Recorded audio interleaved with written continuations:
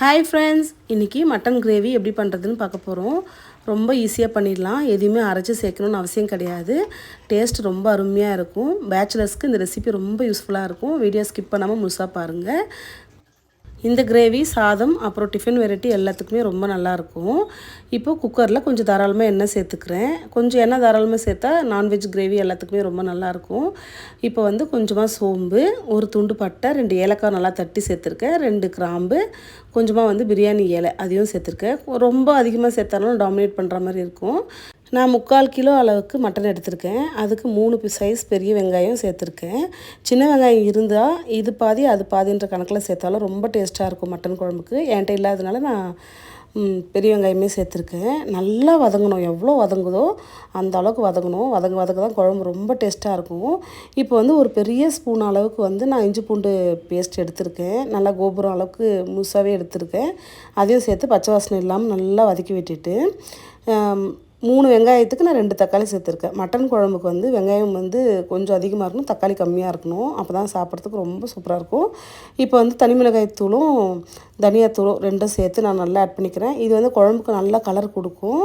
காரம் வந்து அந்த அளவுக்கு இருக்காது. நம்ம திரும்ப வந்து கொஞ்சம் மசாலாலாம் சேர்க்கறதுனால நான் இது வரைக்கும் சேர்த்து விட்டுருக்கேன்.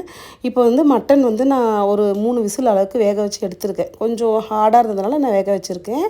நீங்கள் வந்து டைரெக்டாக இந்த ஸ்டேஜில் வந்து நல்லா வாஷ் பண்ண மட்டனையும் சேர்த்து விட்டுக்கலாம். டைரெக்டாக செய்யணும், சீக்கிரமாக குழம்பு ரெடி ஆகணும், அந்த மெத்தடில் செஞ்சுக்கலாம். இப்போ வந்து வேக வைக்காத மட்டன்னா நல்லா வந்து இந்த மசாலா கூட கோட்டாகிற வரைக்கும் ஒரு 10 நிமிஷம் கூட சுருள வதக்கிட்டு அதுக்கப்புறம் நம்ம தண்ணியெல்லாம் சேர்த்து நம்ம மூடி வச்சோம்னா ரொம்ப டேஸ்ட்டாக இருக்கும். இப்போ நான் வீட்டில் அரைச்ச மட்டன் மசாலா கொஞ்சம் சேர்த்துக்கிறேன். மட்டன் மசாலா இல்லாட்டி வீட்டில் அரைச்ச குழம்பு மிளகா பொடி சேர்த்தாலும் ஈக்குவல் டேஸ்ட்டு கொடுக்கும். இப்போ வந்து நான் கறி வேக வச்ச தண்ணியை கொஞ்சம் எடுத்து வச்சுருந்தேன், அதையும் வந்து சேர்த்துக்கிறேன். நமக்கு வந்து கொஞ்சம் திக்காக வேணும்னா கொஞ்சம் தண்ணி கம்மியாக சேர்த்துக்கலாம். மட்டனே தண்ணி பிரிஞ்சு வரும், அந்த அளவுக்கு விட்டுடலாம். நான் வந்து கொஞ்சம் கிரேவி கன்சிஸ்டன்சி வேணுன்றனால கொஞ்சம் தண்ணி தாராளமாக சேர்த்துக்கிறேன். இந்த நேரத்தில் கருவேப்பிலை இருந்தால் கை நிறைய ஆட் பண்ணிவிட்டு அதுக்கப்புறம் நம்ம குக்கரை மூடி வைக்கலாம். கருவேப்பிலை இல்லாதனால நான் ஸ்கிப் பண்ணிக்கிட்டேன். இப்போ வந்து மூடி போட்டு நல்லா ஒரு 3லேருந்து 4 விசில் விட்டுக்கலாம். இப்போ கறியை வந்து ரொம்ப ஆடாக இருந்து டைரெக்டாக நம்ம குக் பண்ணுறதா தான் 5லேருந்து 6 விசில் கூட விட்டுக்கலாம். அப்போ வந்து தண்ணி கொஞ்சம் எக்ஸ்ட்ரா சேர்க்குற மாதிரி இருக்கும். இப்போ வந்து நம்ம லிட்டெல்லாம் ஓப்பன் பண்ணதுக்கப்புறம் கொஞ்சம் நேரம் கொதிக்க வைக்கிறது ரொம்ப டேஸ்ட்டாக இருக்கும். நான் கொஞ்சம் நேரம் சலசலன்னு கொதிக்க வச்சுட்டு அதுக்கப்புறம் தான் சர்வ் பண்ண போகிறேன்.